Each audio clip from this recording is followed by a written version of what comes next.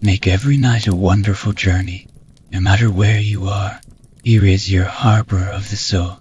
Good night, sweet dreams. The first story. By the razor, by the pen. What would it take for people to know how much you love them? Back in the old days, in a very small town somewhere in England, there was a well-known young woman named Jenny Beauregard, or more popularly known as Jenny the Fair. Jenny was beautiful. She had long blonde hair, blue eyes, and a pretty face. A typical Goldilocks. She was the town's sweet, polite princess. Every young man around her age admired her. One night, a small gathering was held to welcome all of Jenny's suitors. She received a lot of gifts and offerings from the boys. Jenny was happy, of course, but she wasn't satisfied. None of the boys could make her feel contented. The feast lasted until past midnight, when the guests were already gone. One mysterious young man arrived. Jenny felt her heart race once her eyes set on the stranger, and she knew from that very moment that he was the one for her. She watched with pure awe as a man with chocolate brown hair, wearing a black top hat, black bad-eye, red blazer and black slacks, stepped up on the porch and handed her a basket full of flowers. They weren't the typical roses, they were daffodils. Jenny was mesmerized by the man's mysterious aura. The way his green eyes looked at her was hypnotizing. He was undeniably handsome. It didn't take that long for Jenny to feel comfortable around him.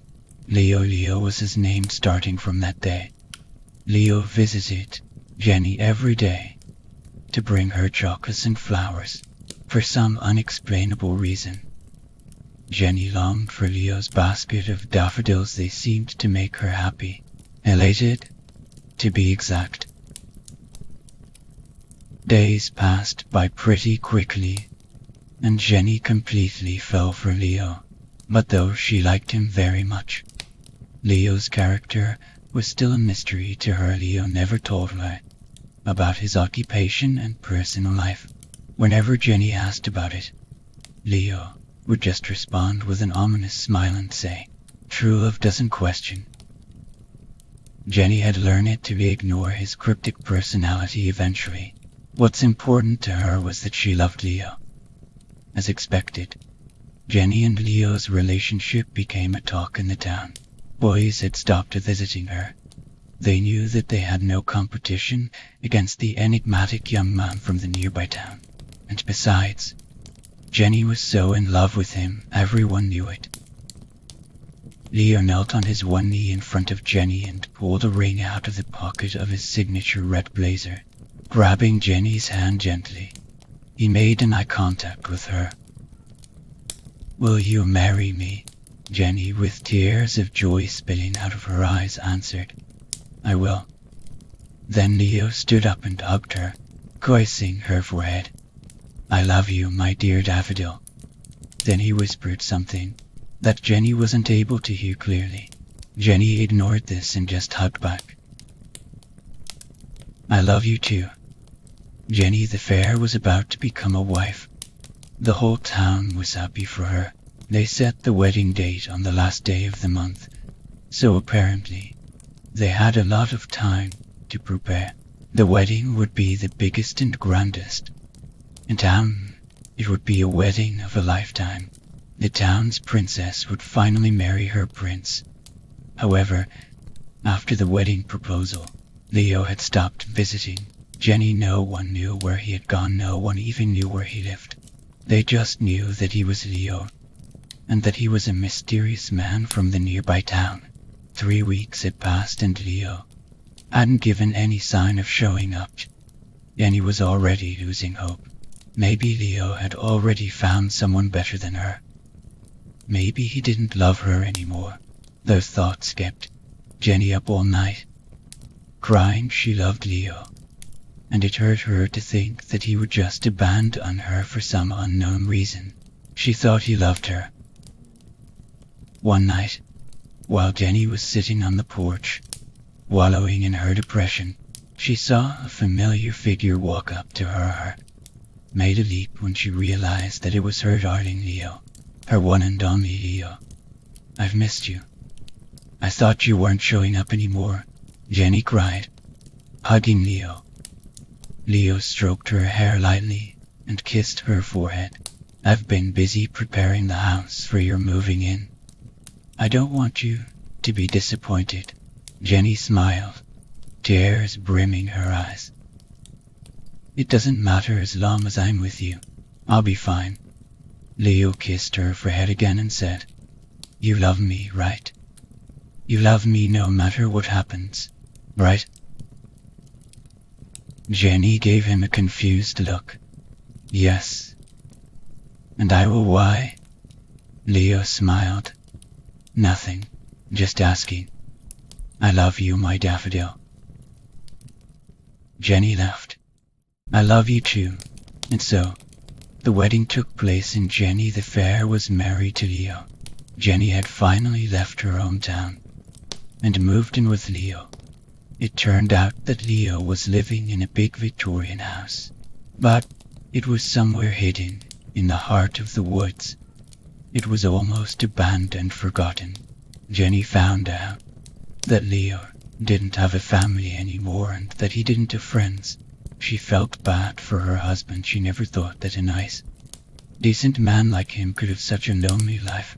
That must have been the reason why he didn't tell much about himself. Leo leaves the house every night to hours before midnight and returns in the morning. That's what Jenny had observed after a few days of living with him. She thought he might be working on a night shift, which was a pretty ironic guess since she still didn't know what his work was. He wouldn't tell her, so she just kept silent. One night, Jenny woke up without Leo by her side. She decided to get up and explore around the house to find some clue that would give a hint as to what profession Leo had. She searched through the drawers and closets until she found a wooden box there.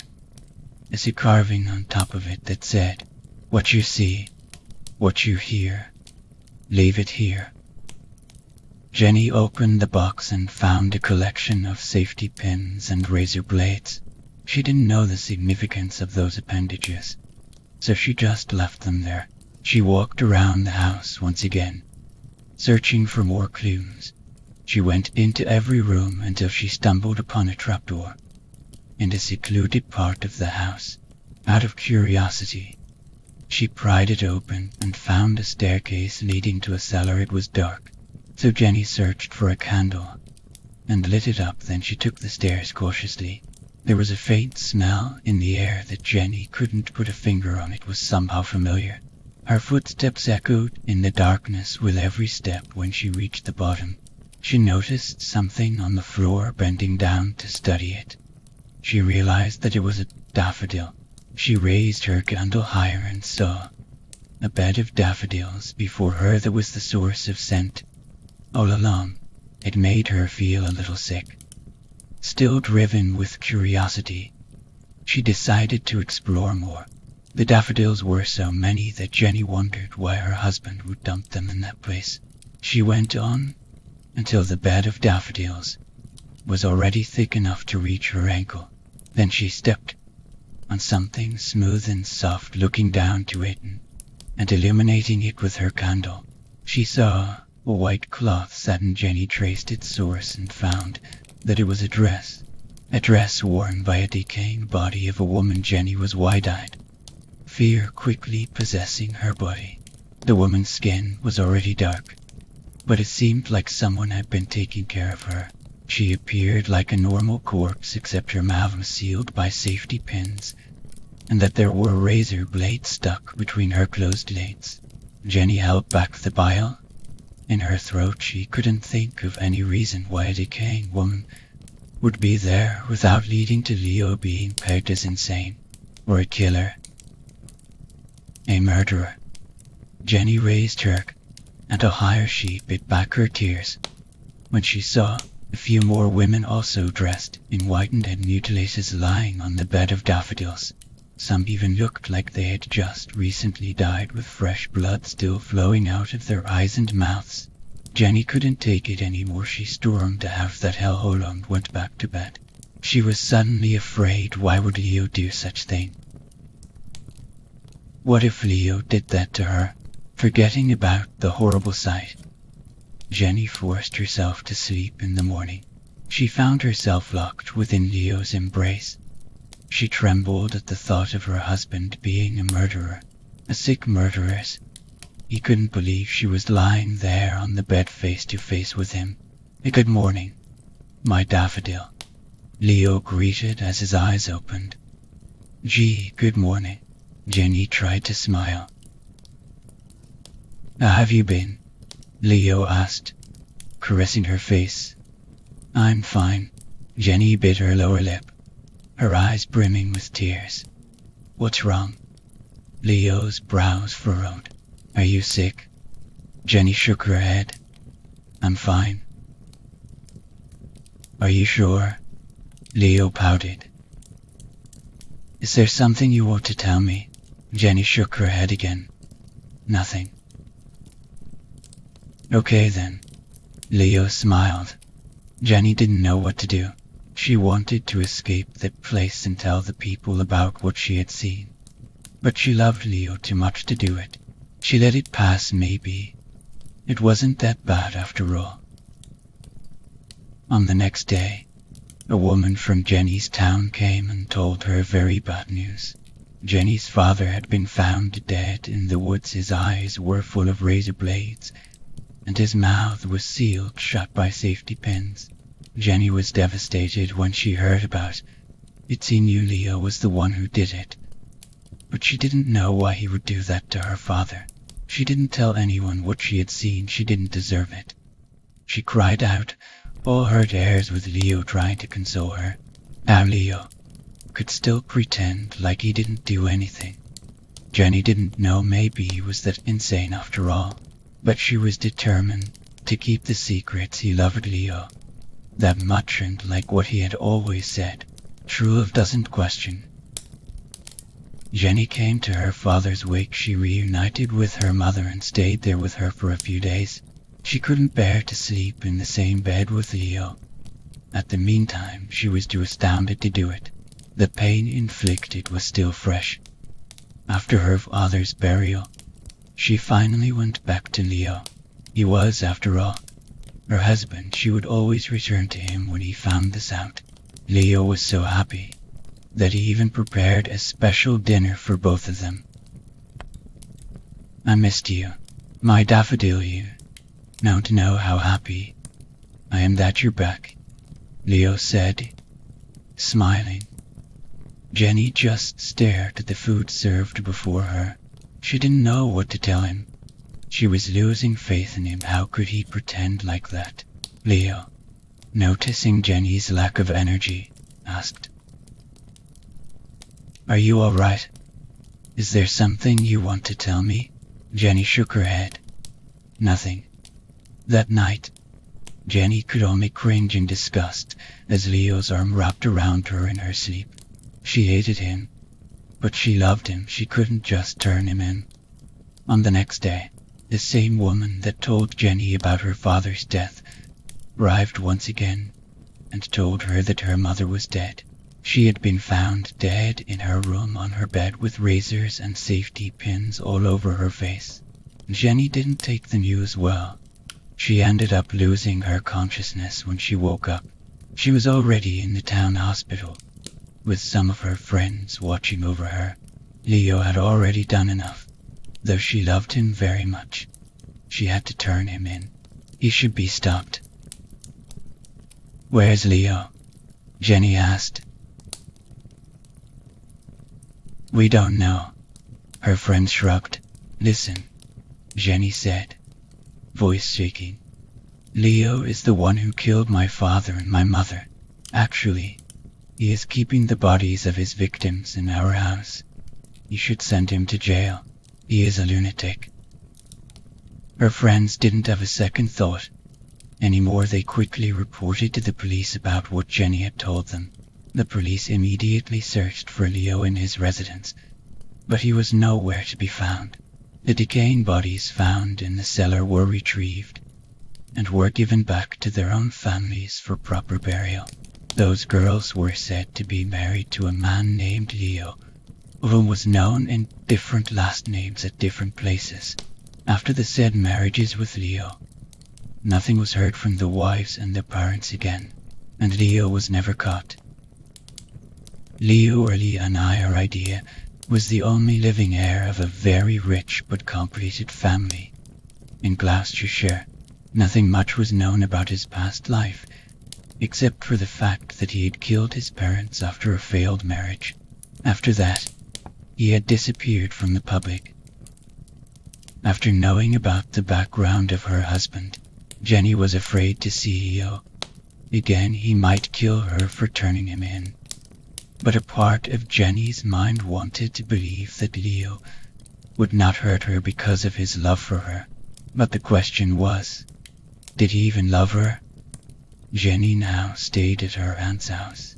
It had been months since she last saw Leo, and that was before she found out about her mother's death. She missed him, but she was afraid of him. One night, she was left alone in the house. Her aunt had gone into a friend's house and wouldn't be returning until morning. Jenny made sure that every entrance in the house was closed and locked. Then she went into her room. At first, she thought she was just imagining the scent of daffodil, but then she saw the flower itself lying innocently on her bed. She froze when she heard a footstep behind her. "Hello, my daffodil missed me," she heard Leo ask. Jenny's heartbeat quickened. It wasn't because she was happy to see him, but because she was terrified of him. She turned around and saw the familiar handsome face of his husband. He still wore his favorite red blazer, and he still looked as charming as ever to her. He just appeared sad. His eyes showed longing and misery. This made Jenny's fear melt away. "I've missed you." Jenny hugged him. Leo wrapped his arms around her and pulled her tightly against him. "I've missed you," too, he sighed. "You know, I've always searched for those people who would love me no matter what happens. You know, my true love. I thought it was you. I thought you were different from them, but I was wrong." Jenny swallowed. "What do you mean? You didn't love me, you turned me in. I thought you understood me," he answered. "You're just like them." Jenny tried pulling herself away from him, but his arms were strong around her. "You killed my parents. Can't you see?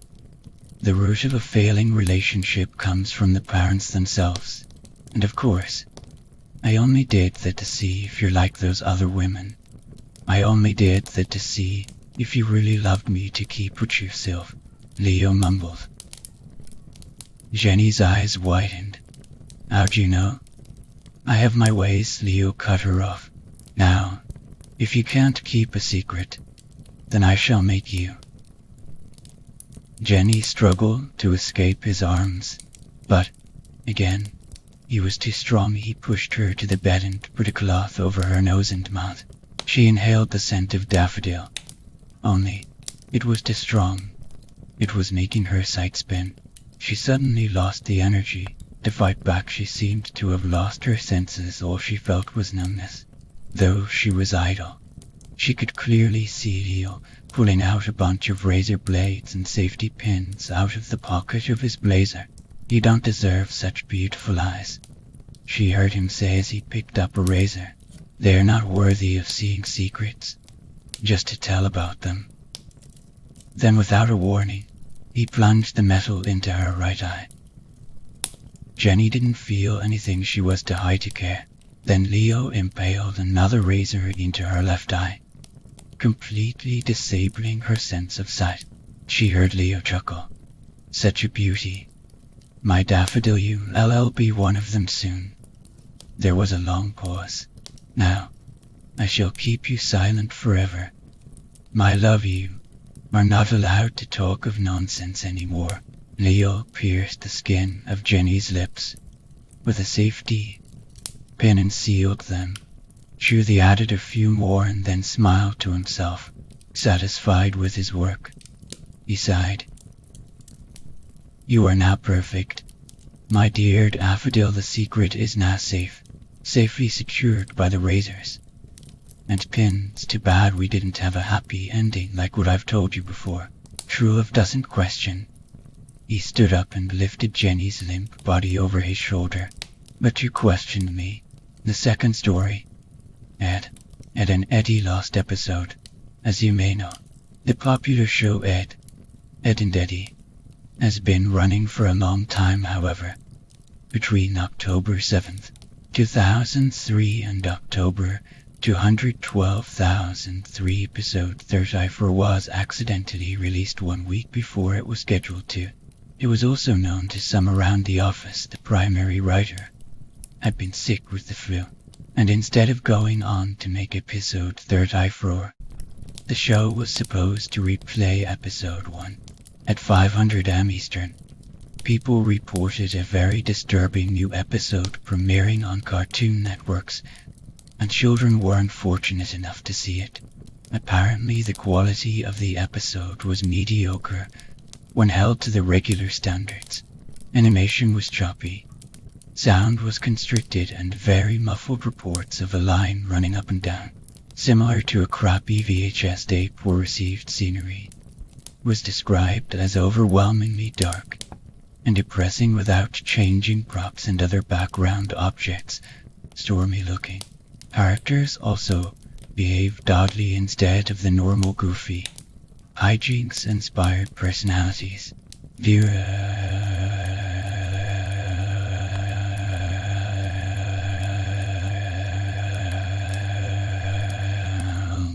And constantly about to begin sobbing after the lines. The protagonist also had a very bad lisp, no one knows why, but he spoke with a sexual tone, and that further bothered the viewers. I was one of these viewers. The episode began with Eddie walking down the street with Ed. I noticed that Ed was missing. There was an angular shot coming from in front of the two to show them walking toward the viewer. Eddie was wearing the angry look he does when something goes wrong. His eyes were red around the iris. It looked absolutely forlorn and practically dragged behind Eddie. Tears in his eyes which were both lazy and looking in opposite outward directions. Kevin, the series antagonist, was riding his bike opposite of the EDS toward them. The shot became blurry and low moans were heard coming from Eddie before Kevin hit him, which never happened because the screen went to black. The screen then snapped back and Eddie headed toward Eddie. The view was so blurry this time. All I saw was a green blob headed toward a yellow one. Again, the low moan. Only this time, it sounded like the microphone was broken and loud static came, greatly overshadowing the moan. A claymation sequence of Double D sleeping in Eddie's bed came up. Honestly, it may have just been the abruptness, but I jumped and shivered waking up and getting out of bed. He moved oddly round the circular room, the fast pitter-patter of footsteps being the only audio. The step sounds were very clear, as I was shown a bird's eye of him scampering around the room. There were no visible doors. Ed began screeching, sounded like a fisher cat as he moved wildly around the cell of a room faster and until the screen began blurring again. The purple room's color, swallowing a now orange blur. Extreme close-up of Eddie's front door sat in absolute silence for a maddeningly long time. At least 2 minutes of dead silence in the door. Next we see Jimmy and Sarah at a doctor of some sort, probably your old Jimmy, obstructed in view by a hanging lamp. He's crying loudly with Sarah trying to comfort him in an unusually warm fashion. It hurts, Sarah. It hurts. Suddenly, the door of the room is smashed open by a new character, a dentist. His face wasn't shown because he was tall enough to be out of the shot. Sarah was escorted out of the room.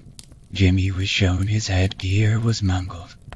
The front bent upward, stretching his lip very high, tearing proportions. The front of his gums was trickling blood, and teeth were missing. The disturbing part was he had lost both arms and beforehand apparently, and sat paraplegic. I almost cried as I came to the conclusion the others had beaten him up and bent his headgear. The camera stayed on his mangled face for a few seconds, still as a picture, silent as ever. Commercials came on. We are instantly assaulted with a very hairy wolf in his darkened shed fisting the cow repeatedly. The visual loops and gets blurry again as the scene pans out. Naz is reading a magazine on her couch. The quality is now perfect. Eddie is now alone. Without Ed, the quality declines worse than before, and he is still walking. The sun now lightening the mood somewhat as he smiles and begins running. The door is shown again, and we see through Eddie's eyes as he reaches out and opens it. His house is nice and bright, but a very badly played violin is blaring, the only audio in this scene, as he makes his way through the house. Eddie opens the door to his room. Johnny is shown under Natz's couch cushion as he crawls out on all fours in a comedic way and pops up behind her, still oblivious. I laughed because someone forgot to draw his eyes and I thought of a mole. Suddenly I stopped laughing as he started swallowing her head. Still in a cartoonish fashion, of course, but this was different. And she stayed like this until she started kicking and struggling. Johnny held her like this until she went limp. A zoom in on his face revealed extremely small, human eyes. Double D was laying on Eddie's floor. No longer in claymation, the camera showed Eddie's house for the remainder of the episode, about 3 minutes. And the next program began on the spot. The third story, for rent. She was on the couch when we found her. The house had a long history of occupation by unstable women. Dorothy was the latest tenant, and from what I knew, very few of the houses from her occupants turned up dead in the living room. My parents certainly hadn't found any stiffs since turning the place into a rental property. A few days prior, one of the neighbors contacted my mother regarding strange behavior on Dorothy's part. Allegedly, she had been silently wandering between lawns every night for a week or so the neighbor decided to do the logical thing and call the landlords. My mother registered the complaint out of courtesy and relayed the information to my father, who filed it away with the rest of the things. He couldn't care less. About 3 days later, the neighbor rang again to inform my mother that whatever she said had worked. Dorothy hadn't been seen outside since. My parents were naturally concerned, but still not enough to actually bother investigating. Since I was home for the weekend, I was dispatched to the scene, reminiscing briefly about my days in the neighborhood. I got out of the car and walked up to the door. Knock, knock, knock. As I waited for a response, I noticed that the house itself seemed dead. No, not dead, dormant. I knocked again and waited before trying the doorbell and waiting again. I contemplated talking to the neighbors, but decided against it. Finally, I took the set of keys my mother gave me and unlocked the door. I was barely inside when I noticed the smell. It was vaguely metallic, like iron, with a hint of what could have been ammonia.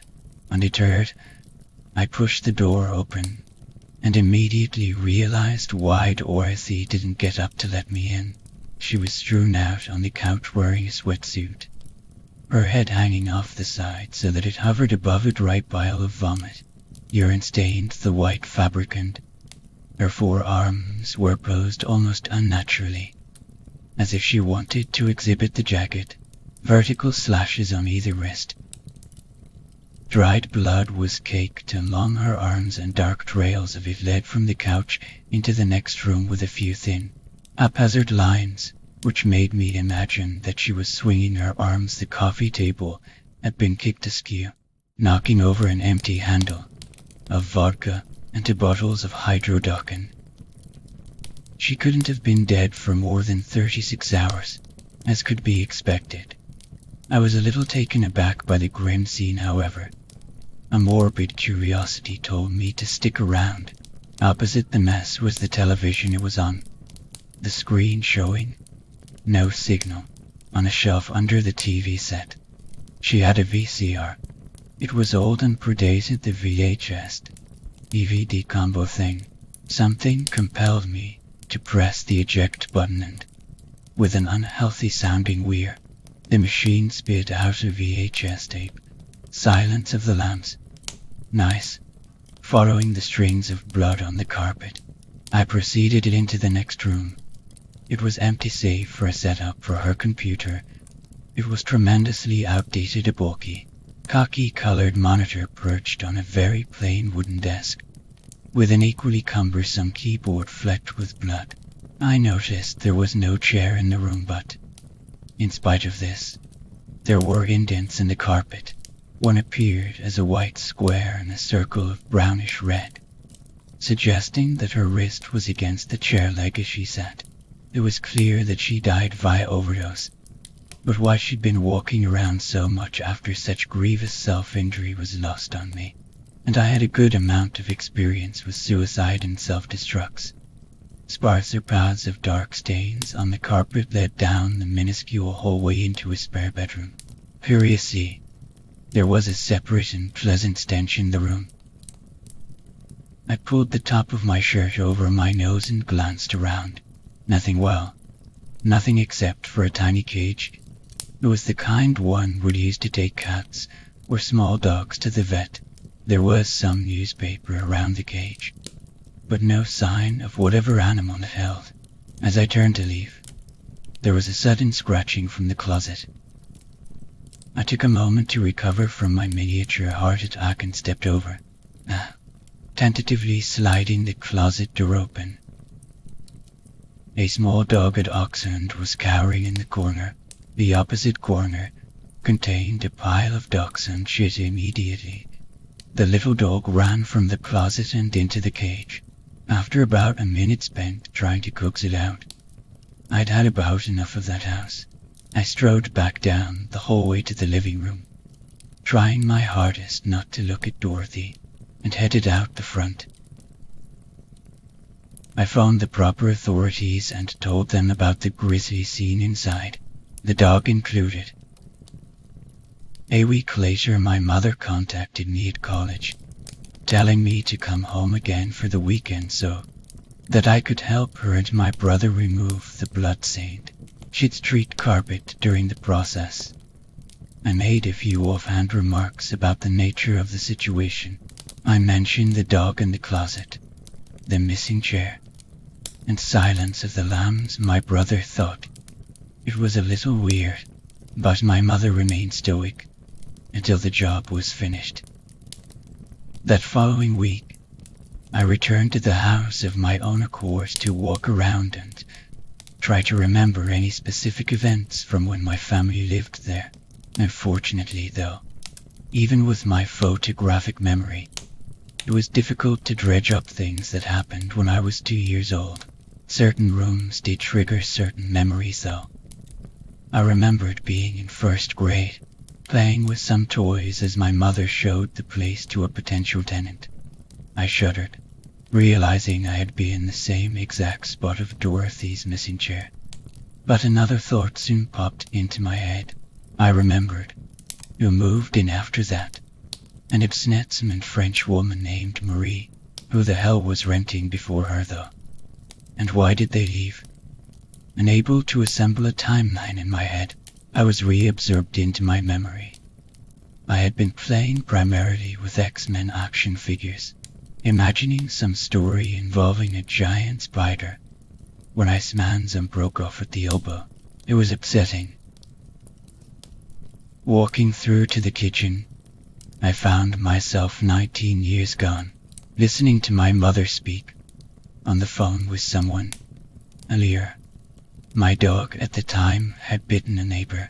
It was strange, as I remember him being very warm and affectionate, as any display of violence was out of character.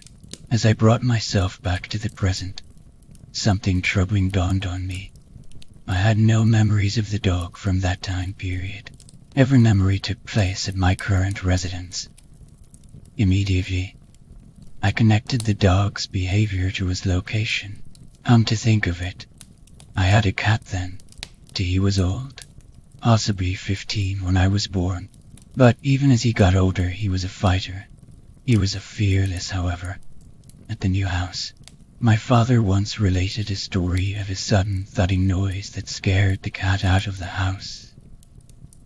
For an entire 3 days, I cleared my head of the Stephen King style, senti, and house theories and left the kitchen. A walk down the hallway failed to sum and any memories, but I nonetheless progressed toward the bedrooms. At the threshold of the room where I found the dachshund, my mind glitched. Any knowledge that remained of the house's floor plan had fled my mind, and the layout suddenly seemed very labyrinthine.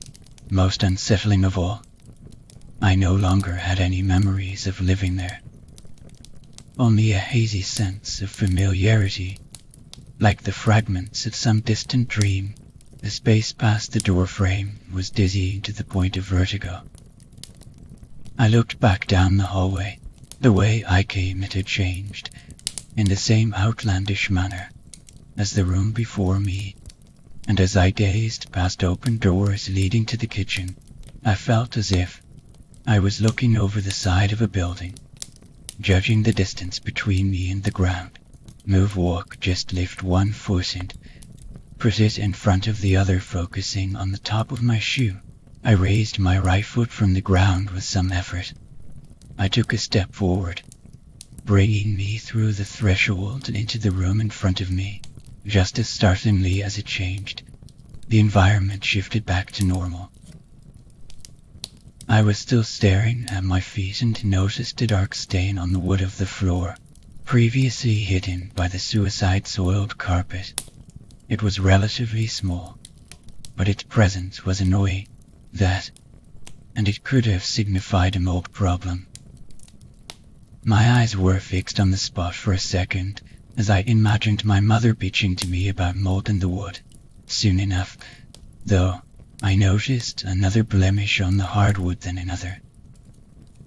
I finally brought my head up, my vision following the stains. They formed a line with a distinctive pattern, the pattern of footsteps. I tracked the source of the dark blots to the private bathroom, which was notably adjacent to the sliding closet where the worthy had apparently stashed her dog, with no door stopper. The wood ended abruptly, jarringly, into the tiled floor of the bathroom. Sure enough, there was a splotch a few inches onto the tile. When I caught sight of it, my hand involuntarily shot to my mouth and I took a step backward. My suspicions had been confirmed. The stains were actually footprints, an infant's footprints, tiny soles with baby toes.